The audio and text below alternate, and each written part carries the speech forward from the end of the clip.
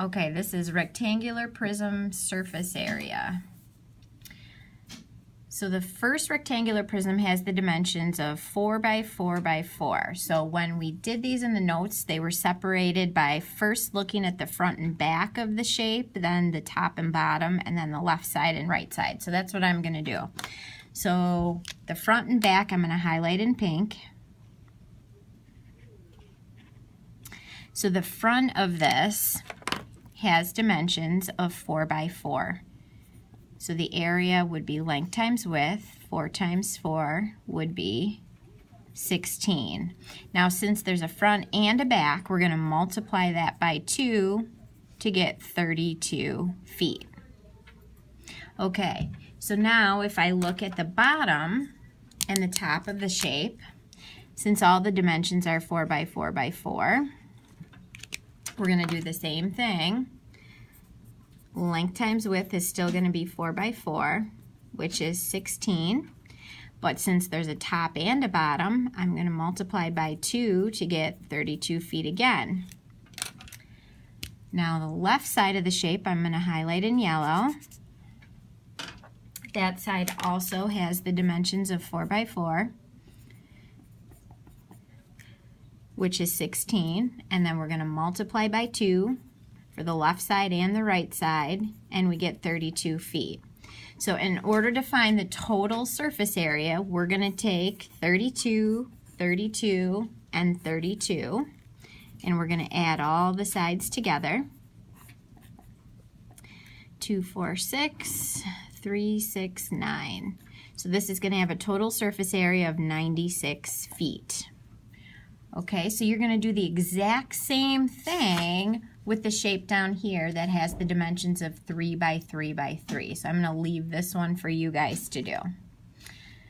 Okay, so you can pause the video and do that one now, or do that at the end. Now I'm going to go up to this rectangular prism that has the dimensions of 3 by 7 by 10. I'm going to do the front of the shape in pink, which would have the dimensions of 3 by 10. So there's 2 of those, so I'm going to do areas length times width using 3 by 10 as the dimensions would give us 30 for the front. Now since the back of the shape is exactly the same, we're going to multiply by 2, getting 60 inches for the front and the back. Alright, now I'm going to look at the top of the shape. I'm going to do that in green.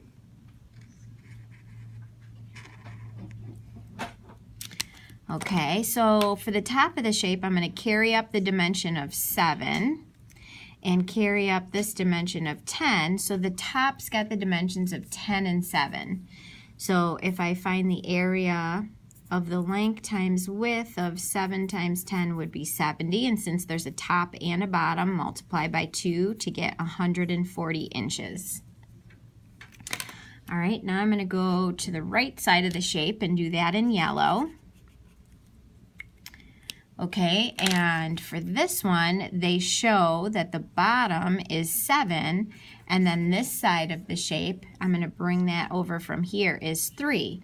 So the dimensions of the left and right would be 3 by 7, which is 21 inches. And since there's a left and a right, we're going to multiply again by 2 to get 42 inches.